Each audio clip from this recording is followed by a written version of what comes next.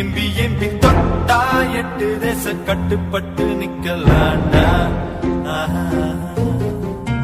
அடிச்சா வச்ச குறி சிக்கணுமையோ, குடிச்சா சமுத்திரம் மட்டணுமையோ, நினைச்சா நினைச்சது